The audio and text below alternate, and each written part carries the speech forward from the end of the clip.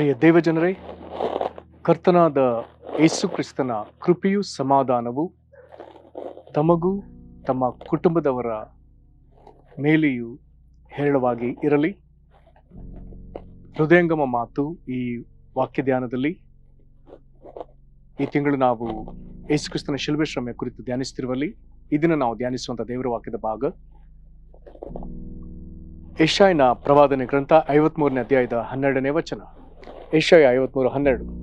ಇವನು ಇಂಥವನಾಗಿರುವುದರಿಂದ ನಾನು ಇವನಿಗೆ ದೊಡ್ಡವರ ಸಂಗಡ ಪಾಲು ಕೊಡುವೆನು, ಇವನು ಬಲಿಷ್ಠರೊಡನೆ ಸೂರ್ಯನು ಹಂಚಿಕೊಳ್ಳುವನು, ತನ್ನ ಪ್ರಾಣವನ್ನು ಧಾರೆ ಎರೆದು ಮರಣ ಹೊಂದಿ ದ್ರೋಹಿಗಳೊಂದಿಗೆ ತನ್ನನ್ನೂ ಎಣಿಸಿಕೊಂಡು ಬಹುಜನ ದ್ರೋಹಿಗಳ ಪಾಪವನ್ನು ಹೊರುತ್ತ ಅವರಿಗೆ ವಿಜ್ಞಾಪನೆ ಮಾಡಿದನಲ್ಲ.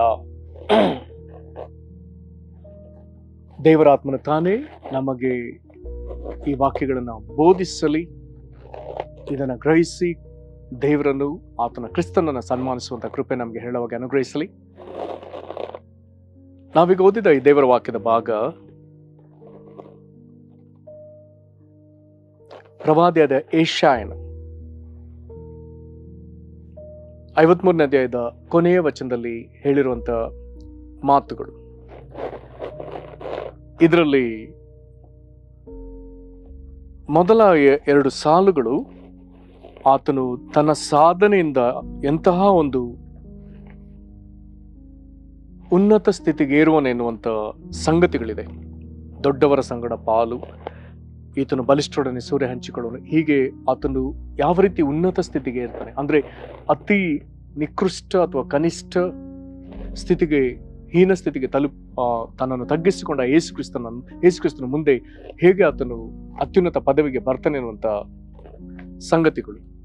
ಅದರ ನಂತರ ನಾವು ಓದುವಂತ ಸಂಗತಿಗಳು ಯೇಸು ಕ್ರಿಸ್ತನು ನಿರ್ದಿಷ್ಟವಾಗಿ ಈ ಶಿಲುಬೆಯ ಸಂದರ್ಭದಲ್ಲಿ ವಿಶೇಷವಾಗಿ ಆತನು 2 ಸ್ಥಾನಗಳಲ್ಲಿ ನಿಲ್ತಾನೆ ಅನ್ನುವಂಥ ಸಂಗತಿಗಳು ಇಲ್ಲಿ ಈ ಸಾಲುಗಳಲ್ಲಿವೆ. ಯಾವುದದು?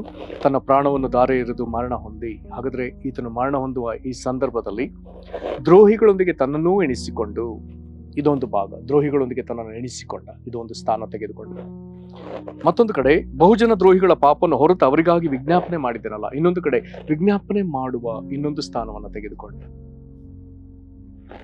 ಇಲ್ಲಿ ದ್ರೋಹಿಗಳೊಂದಿಗೆ ತನ್ನನ್ನೂ ಎಣಿಸಿಕೊಂಡ ಎನ್ನುವಾಗ, ದ್ರೋಹಿಗಳೊಂದಿಗೆ ತನ್ನನ್ನು ಎಣಿಸಿಕೊಳ್ಳುವಾಗ ಈತನೀಗ ಪಾಪಿಯ ಸ್ಥಾನ ತೆಗೆದುಕೊಳ್ತಾನೆ ಅಥವಾ ಪಾಪ ಸ್ವರೂಪದ ಸ್ಥಾನ ತೆಗೆದುಕೊಳ್ತಾನೆ. ಕಾರಣ ಈತನೀಗ ಅಪರಾಧಿಗಳ ಶಿಕ್ಷೆಯನ್ನ ಅಥವಾ ಅಪರಾಧಿಗಳಿಗಾಗುವ ದಂಡನೆಯನ್ನು ಈಗ ಆತನು ಅನುಭವಿಸಬೇಕು. ನೆನ್ನೆ ದಿವಸ ನಾವು ವಾಕ್ಯದಲ್ಲಿ ಧ್ಯಾನಿಸಿದ್ದೇವೆ 2 ಕೊರಿಂಥ 5ನೇ ಅಧ್ಯಾಯದ 21ನೇ ವಚನದಲ್ಲಿ ಈತನು ಪಾಪಜ್ಞಾನವಿಲ್ಲದವ. ಆದ್ರೆ ಪಾಪಜ್ಞಾನವಿಲ್ಲದ ಇವನನ್ನ ದೇವರು ನಮಗೋಸ್ಕರ ಪಾಪ ಸ್ವರೂಪಿಯಾಗ ಮಾಡದೆ ಎನ್ನುವಂತ ವಾಕ್ಯವನ್ನ ನಾವು ನೆನ್ನೆ ಓದಿದ್ದೇವೆ. ಹಾಗಾದ್ರೆ ಈತನು ಈಗ ನೀತಿವಂತನು, ಪಾಪಜ್ಞಾನವಿಲ್ಲದವನು, ಆದ್ರೆ ನಮಗಾಗಿ ಈಗ ಪಾಪ ಸ್ವರೂಪಿಯ ಸ್ಥಾನವನ್ನ ತೆಗೆದುಕೊಂಡು. ಒಂದು ವೇಳೆ ನಾವು ಇನ್ನೊಂದು ದೃಶ್ಯವನ್ನ ಸತ್ಯವೇದದಲ್ಲಿ ಯೋಚಿಸುತ್ತಾದರೆ ಮತ್ತಾಯನು ಬರೆದ ಸುವಾರ್ತೆಯ 3ನೇ ಅಧ್ಯಾಯದಲ್ಲಿ ಇಂಥ ಒಂದು ಸಂದರ್ಭವನ್ನು ನಾವು ಗಮನಿಸುತ್ತೇವೆ. ಸಂದರ್ಭ, ಸ್ಥಾನಿಕನಾದ ಯೋಹಾನನು ಯೊರ್ದನ್ ಹೊಳೆಯ ಬಳಿಯಲ್ಲಿ ಆತನು ಜನರಿಗೆ ಮಾನಸಾಂತರವನ್ನ ಸಾರುತ್ತಿರುವಂತಹ ಒಂದು ಸಂದರ್ಭ. ಈತನು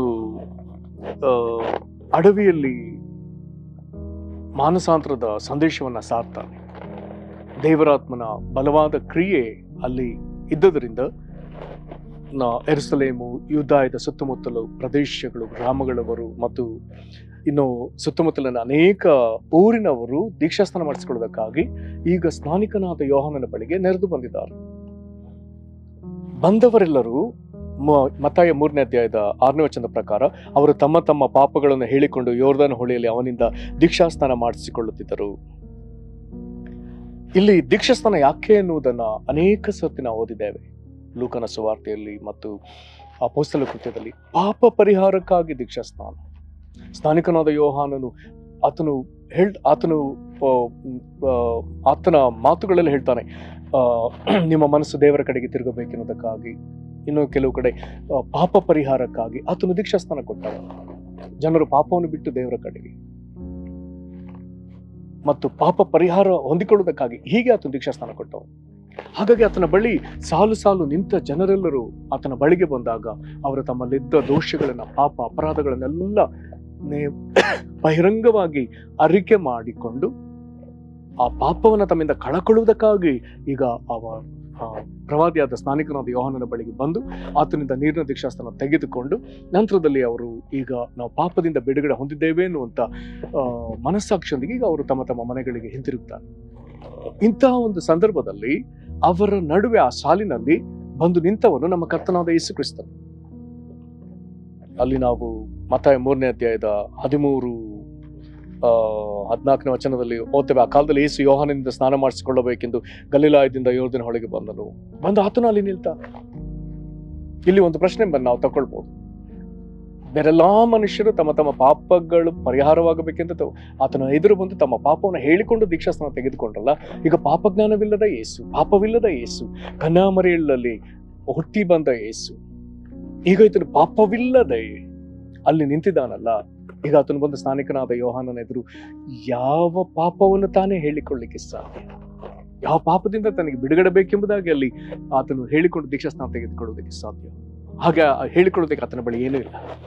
ಕಾರಣ ಆತನು ಮಾತಿನಲ್ಲಿಯೂ ಕೃತ್ಯದಲ್ಲಿಯೂ ಆತನು ಪಾಪವಿಲ್ಲದವನು. ಕೀರ್ತನಗಾರನು ಬರೆಯುವ ಪ್ರಕಾರ ಆತನ ಆಲೋಚನೆಯಲ್ಲಿ ಯಾವ ಪಾಪವಿಲ್ಲ. ಇಂಥವನು ಈಗ ಅಲ್ಲಿ ಎಲ್ಲರೊಂದಿಗೆ ಆತನು ಸಾಲಿನಲ್ಲಿ ಬಂದು ದೀಕ್ಷಾಸ್ನಾನ ತೆಗೆದುಕೊಳ್ಬೇಕಾದ್ರೆ ಅಲ್ಲಿ ಒಂದು ಸ್ಪಷ್ಟವಾದ ವಿಷಯ ಆತನು ಅಲ್ಲಿ ಹೇಳ್ತಾನೆ. ಯೋಹಾನ ಯೇಸುವನ್ನು ನೋಡಿದಾಗ ಆತನು ಹೇಳ್ತಾನೆ, ಯೇಸು ಯಾರೆಂಬುದನ್ನ ಆತ್ಮದಲ್ಲಿ ಗ್ರಹಿಸಿದವನು ಅಯ್ಯೋ, ಆತನು ಹೇಳ್ತಾನೆ, ನಿನ್ನಿಂದ ನನಗೆ ಸ್ನಾನ ಆಗ್ಬೇಕು, ಆದ್ರೆ ನೀನು ಇಲ್ಲಿ ಬಂದಿರೋದೇನು? ಅಲ್ಲಿ ಹೇಳ್ತಾನೆ, ನಾನು ನಿನ್ನಿಂದ ಸ್ನಾನ ಮಾಡಿಸಿಕೊಳ್ಳತಕ್ಕವನಾಗಿರುವಲ್ಲಿ ನೀನು ನನ್ನ ಬಳಿಯಲ್ಲಿ ಬರುವುದೇನು? ಆಗ ಯೇಸು ಹೇಳ್ತಾನೆ, ಸದ್ಯಕ್ಕೆ ಒಪ್ಪಿಕೋ. 15ನೇ ವಚನ, ಹೀಗೆ ನಾವು ಎಲ್ಲಾ ಧರ್ಮವನ್ನು ನೆರವೇರಿಸತಕ್ಕಂಥ. ಹಾಗಾದ್ರೆ ಧರ್ಮಶಾಸ್ತ್ರದಲ್ಲಿ ಹೇಳಿರುವುದು ಅಥವಾ ಹಳೆ ಒಡಂಬಡಿಕೆಯಲ್ಲಿ ಹೇಳಿರುವಂತಹ ಪ್ರವಾದ ನೆರವೇರಬೇಕಾಗಿದೆ. ಏನದು? ದ್ರೋಹಿಗಳೊಂದಿಗೆ ಈಗ ಆತನು ತನ್ನ ನೆನೆಸಿಕೊಳ್ಳಬೇಕಾಗಿದೆ. ಪಾಪವಿಲ್ಲ, ಆದ್ರೆ ದ್ರೋಹಿಗಳೊಂದಿಗೆ, ಪಾಪಿಗಳೊಂದಿಗೆ, ಅಪರಾಧಿಗಳೊಂದಿಗೆ ತನ್ನದೀಗ ಆತನು ಎಣಿಸಿಕೊಳ್ತಾನೆ. ಆತನು ಆ ರೀತಿ ಎಣಿಸಿಕೊಳ್ಳುವಾಗ, ದ್ರೋಹಿಗಳೊಂದಿಗೆ ಎಣಿಸಿಕೊಳ್ಳುವಾಗ ಈಗ ಆತನಿಗೆ ಅಪರಾಧಿಗಳಿಗಾಗುವ ಶಿಕ್ಷೆ ಈಗ ಆತನಿಗೆ ಬರ್ತದೆ. ಕಾರಣ ಆತನು ಶಿಲುಬೆಯ ಈ ಮರಣವನ್ನ ನಮಗಾಗಿ ಆತನ ಅಪರಾಧಿಗಳ ಸ್ಥಾನದಲ್ಲಿ ನಿಂತು ಶಿಕ್ಷೆ ಅನುಭವಿಸದಕ್ಕಾಗಿ ಲೋಕಕ್ಕೆ ಬಂದದ್ರಿಂದ ಆತನು ಈ ರೀತಿಯಾಗಿ ತನ್ನನ್ನು ತೋರ್ಪಡಿಸಿಕೊಳ್ಳಿಕ್ಕೆ, ಅಂದ್ರೆ ದ್ರೋಹಿಗಳೊಂದಿಗೆ ತನ್ನ ನೆನೆಸಿಕೊಳ್ಳುವುದಕ್ಕೆ ಆತನು ಹಿಂಜರಿಲಿಲ್ಲ. ನಾವು ವಾಕ್ಯದಲ್ಲಿ ಓದ್ತೇವೆ, ಇಬ್ರಿಯ ಗ್ರಂಥಕರ್ತ ಇದನ್ನ ವಿಶೇಷವಾಗಿ ಬರೀತಾನೆ. ಇಬ್ರಿಯ 2ನೇ ಅಧ್ಯಾಯದಲ್ಲಿ ನಾವು ಸ್ಪಷ್ಟವಾಗಿ ಓದ್ತೇವೆ. ಹೀಗೆ ಬರ್ತದೆ 11ನೇ ವಚನದಲ್ಲಿ 2:11, ಯಾಕೆಂದ್ರೆ ಪವಿತ್ರ ಮಾಡುವ ಆತನಿಗೂ ಪವಿತ್ರರಾಗುವವರೆಲ್ಲರಿಗೂ ಒಬ್ಬನೇ ತಂದೆ ಇದ್ದಾನೆ. ಈ ಕಾರಣದಿಂದ ಪವಿತ್ರ ಮಾಡುವ ಆತನು ಅಂದ್ರೆ ಯೇಸು ಕ್ರಿಸ್ತನು ಪವಿತ್ರರಾಗುವವರನ್ನು ಅಂದ್ರೆ ನಮ್ಮನ್ನ ಸಹೋದರರೆನ್ನುವುದಕ್ಕೆ ನಾಚಿಕೆ ಪಡೆದ. ಏನಿದ್ರ ಅರ್ಥ? ಸಹೋದರನ್ನು ಹಾಗಾದ್ರೆ ಆತನಿಗೆ ನಾವು ಸಹೋದರ ಅಂದ್ರೆ ತನಗೆ ನಮ್ಮನ್ನು ಸಮಾನ, ನಮ್ಮನ್ನು ಆತನನ್ನು ನಮ್ಮೊಂದಿಗೆ ಸಮಾನ ಮಾಡಿಕೊಳ್ತಾನೆ. ಹಾಗಾದ್ರೆ ದ್ರೋಹಿಗಳಾಗಿರುವ ನಮ್ಮೊಂದಿಗೆ ಆತನು ಸಮಾನ ಸ್ಥಿತಿ ಕಾದುಕೊಳ್ಳುವಂತ ಒಂದು ತೀರ್ಮಾನ ಮಾಡ್ತಾನೆ. ಹಾಗಾಗಿ ಅಲ್ಲಿ ನಾಚಿಕೆ ಪಡದೆ ಎಂಬುದಾಗಿ ಬರ್ತದೆ. ತನ್ನನ್ನು ದ್ರೋಹ ಎಂಬುದಾಗಿ ಹೇಳಿಕೊಳ್ಳುವುದಕ್ಕೆ ಆತ ನಾಚಿಕೆ ಪಡಲಿಲ್ಲ. ಈಗ ಯೆಶಾಯ ಆ ಭಾಗದಲ್ಲಿ ಆ ಮಾತುಗಳಲ್ಲಿ ಈಗ ತನ್ನನ್ನು ದ್ರೋಹಿಗೆ ಎಣಿಸಿಕೊಂಡ ಎಂಬುದಾಗಿ ಹೇಳಿ ನಂತರ ಹೇಳ್ತಾನೆ, ವಿಜ್ಞಾಪನೆ ಭಾಗವನ್ನು ತರ್ತಾನೆ. ಬಹುಜನ ದ್ರೋಹಿಗಳ ಪಾಪನ ಹೊರುತ್ತಾ ಅವರಿಗಾಗಿ ವಿಜ್ಞಾಪನೆ ಮಾಡಿದನಲ್ಲ. ಯೇಸು ನಮ್ಮ ಪಾಪ ಹೊತ್ತಂತ ಅನೇಕ ವಚನಗಳನ್ನ ಈಗಾಗಲೇ ನಾವು ಈ ಹಿಂದೆ ಧ್ಯಾನಿಸಿದ್ದೇವೆ. ದೇವರು ನಮ್ಮ ಪಾಪವನ್ನು ಆತನ ಮೇಲೆ ಹಾಕ್ತಾನೆ, ಆತನು ನಮ್ಮ ಪಾಪವನ್ನು ಹೊರತಾನೆ. ಇಂಥ ವಾಕ್ಯಗಳನ್ನು ನಾವು ಓದಿದ್ದೇವೆ. ಇಲ್ಲಿ ಈಗ ಈತನು ಬಹುಜನ ದ್ರೋಹಿಗಳ ಪಾಪವನ್ನು ಹೊರತು ಅವರಿಗಾಗಿ ವಿಜ್ಞಾಪನೆ ಮಾಡಿದನಲ್ಲ ಎಂಬುದಾಗಿ ಹೇಳಬೇಕಾದ್ರೆ ಈಗ ಈ ಸ್ಥಾನ ಬಂತು. ಇದು ಮಹಾಯಾಜಕನ ಸ್ಥಾನ. ದ್ರೋಹಿಗಳು ಎಂಬುದಾಗಿ ಹೇಳುವಾಗ ನಮ್ಮ ಹಾಗೆ ಆತನ ಅಪರಾಧಿಗಳ ಸ್ಥಾನದಲ್ಲಿ ನಿಲ್ತಾನೆ. ಅಪರಾಧಿಗಳ ಸ್ಥಾನದಲ್ಲಿ ನಿಂತು ಅಥವಾ ಅಪರಾಧಿಯ ಸ್ಥಾನದಲ್ಲಿ ನಿಂತು ಈಗ ಶಿಕ್ಷೆ ಅನುಭವಿಸ್ತಾನೆ. ಈಗ ಆತನು ಈಗ ಬಹುಜನ ದ್ರೋಹಿಗಳ ಪಾಪನ ಹೊರತು ಅವರಿಗಾಗಿ ವಿಜ್ಞಾಪನೆ ಮಾಡಿದನಲ್ಲ ಎಂಬುದಾಗಿ ಹೇಳಬೇಕಾದ್ರೆ ಈಗ ಇದು ಸಾಧಾರಣ ವಿಷಯ ಅಲ್ಲ. ಈಗ ಇದು ಮಹಾಯಾಜಕನ ವಿಷಯ. ಕಾರಣ ಯಾಜಕಕಾಂಡ 4ನೇ ಅಧ್ಯಾಯದಲ್ಲಿ ಬರುವಂತ ಆ ಒಂದು ಯಜ್ಞ ಕ್ರಮದಲ್ಲಿ ಈಗ ಅದು ಪ್ರಾಯಶ್ಚಿತ್ತ ಯಜ್ಞವಾಗ್ತದೆ. ಅಲ್ಲಿ ಓದ್ತೇವೆ, ಅಲ್ಲಿಯ ಒಂದು ತಲೆಬರಹ ವಿಶೇಷ. ತಿಳಿಯದೆ ತಪ್ಪು ಮಾಡಿದವನಿಗೆ ದೋಷ ಪರಿಹಾರ ಮಾಡುವ ಕ್ರಮ. ಈಗ ಆ 4ನೇ ಅಧ್ಯಾಯದಲ್ಲಿ ಯಾಜಕಗಳ 4ನೇ ಅಧ್ಯಾಯ ಓದುವಾಗ ಪದೇ ಪದೇ ಓದುವಂತ ವಿಷಯ, ಯಾವನೇ ಆಗಲಿ ತಿಳಿಯದೆ ಯೆಹೋವನು ನಿಷೇಧಿಸಿದ ಕಾರ್ಯಗಳಲ್ಲಿ ಯಾವುದನ್ನಾದರೂ ಮಾಡಿ ದೋಷಿಯಾದರೆ. ಹಾಗಾದ್ರೆ ನಾವು ಅನೇಕ ಕಾರ್ಯಗಳಲ್ಲಿ ತಿಳಿಯದೆ ತಪ್ಪು ಮಾಡಿದೆ ಎಂಬುದು ದೇವರಿಗೆ ಸ್ಪಷ್ಟವಾಗಿ ಗೊತ್ತು. ತಿಳಿಯದೆ ಮಾಡಿದ್ದೇವೆ. ಹಾಗಾದ್ರೆ ಆತ ನಮ್ಮ ಪಾಪಗಳನ್ನು ಆತನು ಹೊತ್ತು, ಇನ್ನೊಂದು ಕಡೆ ಆತನು ಮಹಾಯಾಜಕನ ಸ್ಥಾನದಲ್ಲಿ ನಿಂತು ದೇವರ ಎದುರು ಹೋಗಿ ಆತನು ಮಾಡುವಂತ ಪ್ರಾರ್ಥನೆ, ತಂದೆಯೇ, ಯಾಜಕ ಕಾಂಡ 4ನೇ ಅಧ್ಯಾಯದ ಪ್ರಕಾರ ಇವರು ತಿಳಿಯದೆ ತಪ್ಪು ಮಾಡ್ತಿದ್ದಾರೆ, ಇವ್ರನ್ನ ಕ್ಷಮಿಸು. ಆತನು ಮಾಡಿದ ಪ್ರಾರ್ಥನೆ, ಇವರು ತಿಳಿಯದೆ ತಪ್ಪು ಮಾಡ್ತಿದ್ದಾರೆ. ಇಬ್ರಿಯ ಗ್ರಂಥಕರ್ತ ಯೇಸುವನ್ನ ಪದೇ ಪದೇ ಹೇಗೆ ತೋರಿಸ್ತಾನೆ ಅಂತ ಹೇಳಿದ್ರೆ, ಅಧ್ಯಾಯಗಳಲ್ಲಿ ಆತನನ್ನ ಮಹಾಯಾಜಕನನ್ನಾಗಿ ತೋರಿಸ್ತಾನೆ. ಈಗ ಮಹಾಯಾಜಕನನ್ನಾಗಿ ತೋರಿಸ್ಬೇಕಾದ್ರೆ ಇಬ್ರಿಯ 9ನೇ ಅಧ್ಯಾಯದ 11ನೇ ವಚನದಲ್ಲಿ, ಆದ್ರೆ ಕ್ರಿಸ್ತನು ಈಗ ದೊರೆತಿರುವ ಮೇಲುಗಳನ್ನು ಕುರಿತು ಮಹಾಯಾಜಕನಾಗಿ ಬಂದು, ಸ್ಪಷ್ಟವಾಗಿ ಹೇಳ್ತಾನೆ ಮಹಾಯಾಜಕನಾಗಿ ಬಂದು. ಇದನ್ನೇನ್ ಮಾಡ್ತಾನೆ, ಕೈಯಿಂದ ಕಟ್ಟಲ್ಪಡದಂತ, ಅಂದ್ರೆ ಈ ಸೃಷ್ಟಿಗೆ ಸಂಬಂಧಪಡದಂತ ಘನವಾಗಿ ಉತ್ಕೃಷ್ಟವಾಗಿರುವ ಗುಡಾರದಲ್ಲಿ ಸೇವೆ ಮಾಡುವವನಾಗಿ ಹೋತಗಳ ಮತ್ತು ಹೋರಿಕರಗಳ ರಕ್ತವನ್ನು ತೆಗೆದುಕೊಳ್ಳದೆ ಸ್ವಂತ ರಕ್ತವನ್ನೇ ತೆಗೆದುಕೊಂಡು ನಮಗೋಸ್ಕರ ನಿತ್ಯ ವಿಮೋಚನೆಯನ್ನು ಸಂಪಾದಿಸಿಕೊಂಡವನಾಗಿ ಒಂದೇ ಸಾರಿ ದೇವರ ಸನ್ನಿಧಾನಕ್ಕೆ ಪ್ರವೇಶಿಸ್ತಾನೆ. ಹಾಗಾದ್ರೆ ಯೇಸು ರಕ್ತ ಸುರಿಸುತ್ತಾ ಶಿಲುಬೆಯಲ್ಲಿ ಆ ರಕ್ತವನ್ನ ಹಿಡ್ಕೊಂಡು ಆತನು ಶಿಲುಬೆಯಲ್ಲಿ ಕೇಳ್ತಾನೆ, ತಂದೆಯೇ ಅವರನ್ನು ಕ್ಷಮಿಸು, ತಾವು ಏನು ಮಾಡ್ತಾರೆ ಎಂಬುದಾಗಿ ತಾವೇ ಅರಿಯರು. ಇದು ಮಹಾಯಾಜಕನ ಪ್ರಾರ್ಥನೆ. ಇದನ್ನು ಆತನು ದೇವರ ಪರಲೋಕದಲ್ಲಿರುವ ದೇವದರ್ಶನ ಗುಡಾರದ ಆ ದೇವರ ಅತಿ ಸನ್ನಿಧಿಗೆ ಹೋಗಿ ತನ್ನ ಸ್ವಂತ ರಕ್ತವನ್ನು ಹಿಡ್ಕೊಂಡು ಆತನು ಮಾಡಿದ ವಿಜ್ಞಾಪನೆ. ಪ್ರೇರೆ, ಒಂದು ಕಡೆ ಆತನು ಶಿಕ್ಷೆ ಅನುಭವಿಸದಕ್ಕಾಗಿ ದ್ರೋಹಿಗಳ ಸ್ಥಾನ ತೆಗೆದುಕೊಂಡ, ಆ ಶಿಕ್ಷೆ ಅನುಭವಿಸಿದ ರಕ್ತ ಸುರಿಸುವಾಗ ಆ ರಕ್ತವನ್ನೇ ತೆಗೆದುಕೊಂಡು ಮಹಾಯಾಜಕನ ಸ್ಥಾನದಲ್ಲಿ ನಿಂತು ನಮ್ಮ ಪಾಪಗಳು ಪರಿಹಾರವಾಗುವುದಕ್ಕಾಗಿ ನಿನಗಾಗಿ ನನಗಾಗಿ ವಿಜ್ಞಾಪನೆ ಮಾಡಿದ್ದಾನೆ. ಈತನಿಗೆ ನಾವು ಎಷ್ಟು ಸ್ತೋತ್ರ ಹೇಳಿದ್ರು ಸಾಲದು. ಆತನಿಗೆ ನಾವು ಸ್ತೋತ್ರ ಸಲ್ಲಿಸುವಂತೆ ಪ್ರಾರ್ಥನೆ ಮಾಡೋಣ. ಮಹಾಕೃಪೆಯ ಪರಲೋಕ ತಂದೆ, ಕರ್ತನೆ, ದೇವಾದಿದೇವನಾದ ಯೇಸುವೆ, ನೀನು ಭೂಮಿಗೆ ಮನುಷ್ಯನಾಗಿ ರಕ್ಷಕನಾಗಿ ಬಂದಾಗ ನಮಗಾಗಿ ಶಿಕ್ಷೆ ಅನುಭವಿಸದಕ್ಕಾಗಿ, ಅಪರಾಧಿಗಳ ಸ್ಥಾನದಲ್ಲಿ ನಿಲ್ಲುವುದಕ್ಕಾಗಿ, ಅಪರಾಧಿಗಳಾದ ನಮ್ಮನ್ನ ಪ್ರತಿನಿಧಿಸುವುದಕ್ಕಾಗಿ ನೀನು ದ್ರೋಹಿಯ ಸ್ಥಾನವನ್ನು ವಹಿಸಿದೆಯಲ್ಲ, ಅದಕ್ಕಾಗಿ ಸ್ತೋತ್ರ. ದ್ರೋಹಿಗಳ ನಡುವೆ ನೀನು ನಿಂತು ಎಲ್ಲರೂ ಪಾಪ ಪರಿಹಾರಕ್ಕಾಗಿ ದೀಕ್ಷಾಸ್ಥಾನ ತೆಗೆದುಕೊಳ್ಳುವಾಗ ನೀನು ಕರ್ತನವರ ಮಧ್ಯದಲ್ಲಿ ಪಾಪವಿಲ್ಲದವನಾಗಿ ಇದ್ದರೂ ಪಾಪಿಗಳಿಗಾಗುವ ದೀಕ್ಷಾಸ್ಥಾನ ತೆಗೆದುಕೊಂಡದ್ರಲ್ಲಿ ನೀನು ದ್ರೋಹಿಗಳ ಸ್ಥಾನ ತೆಗೆದುಕೊಂಡಿಯಲ್ಲ ಕರ್ತನೆ. ಮತ್ತು ನೀನು ದ್ರೋಹಿಗಳ ಪಾಪವನ್ನು ಹೊರತು ಅವರಿಗಾಗಿ ವಿಜ್ಞಾಪನೆ ಮಾಡಿದ್ರಲ್ಲಿ ಮಹಾಯಾಜಕನಾದಿ ಸ್ವಾಮಿ. ನೀನು ಮಹಾಯಾಜಕನಾಗಿ ಬಂದು ಎಂಬುದಾಗಿ ವಾಕ್ಯದಲ್ಲಿ ಹೇಳುವಾಗ ನೀನು ಮಹಾಯಾಜಕನೇ ಹೌದಪ್ಪ, ಅದಕ್ಕಾಗಿ ನಿನಗೆ ಸ್ತೋತ್ರ.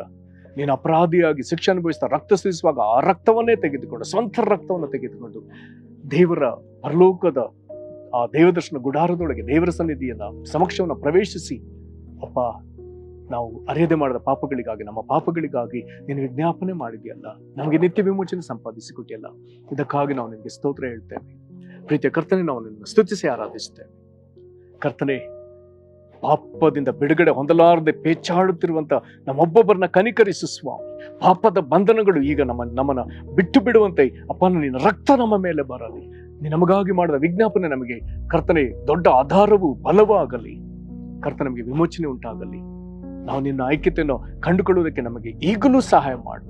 ನಮ್ಮಲ್ಲಿ ಕರ್ತನೆ ಒಂದು ಸಣ್ಣ ಪಾಪವೋ ದೊಡ್ಡ ಪಾಪವೋ ಕರ್ತನೆ ಎಲ್ಲಾ ವಿಧದ ದೋಷಗಳನ್ನ ನೀನು ನಮ್ಮಿಂದ ತೆಗೆದುಹಾಕುವಂತೆ ನಿನ್ನ ರಕ್ತದಿಂದ ತೊಳೆದು ಶುದ್ಧೀಕರಿಸು. ಶಿಲುಬೆಯಲ್ಲಿ ನೀನು ನಮಗಾಗಿ ಪಟ್ಟ ಪ್ರಯಾಸದಿಂದ ಸಿಕ್ಕುವ ಸಕಲ ಲಾಭ ನಮಗುಂಟಾಗಲಿ. ಕರ್ತನೆ, ದೇಶದ ಸಕಲ ಜನರಿಗೂ ಕರ್ತನೆ ಇದರ ಲಾಭ ಉಂಟಾಗಲಿ. ಆಗ ನೀನು ಮಾಡೋದಕ್ಕಾಗಿ ಸ್ತೋತ್ರ. ಯೇಸು ಕ್ರಿಸ್ತನ ಹೆಸರಲ್ಲಿ ಬೇಡದೇವೆ ನಮ್ಮ ತಂದೆಯೇ, ಆಮೇನ್.